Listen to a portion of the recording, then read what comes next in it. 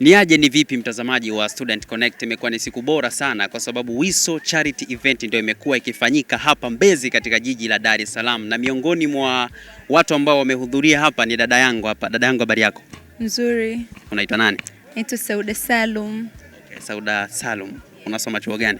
Nasoma chuo cha diplomasia, course ya international relation. Unasoma mwaka ngapi? Mwaka wa kwanza.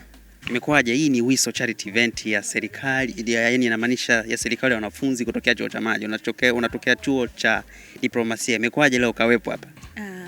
Mimi ni mwanachama katika taasisi ya Mama Asemewe, na tulitumiwa link hiyo tukaambiwa kwa atakayeguswa, na tunaona ni mwezi mtukufu wa Ramadhani na Kwaresma, matendo ya huruma kama haya ndio tunataka kuyafanya kwa wakati huu. Okay. Kitu gani ambacho umejifunza kutokana na charity hii ambayo imekuwa ikiendelea hapa leo? Nimejifunza mengi sana, kwamba sisi vijana tuna mchango mkubwa sana kwa watoto kama hao wenye mahitaji.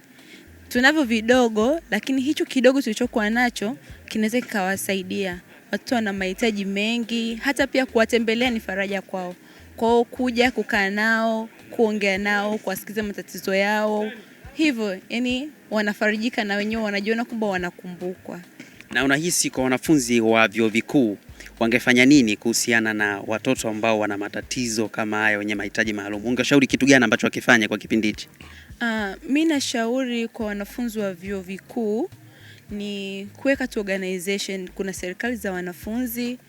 Najua hakuna chuo ambao mtaenda kuwasilisha kwamba tunataka kwenda kufanya matendo ya huruma and then chuo kikawakatalia. Yani siamini hicho kitu. Kwa hiyo ni organization za viongozi na wanafunzi kujiorganize kwa ajili ya kuja kuwatembelea watoto. Nikushukuru sana kwa muda wako.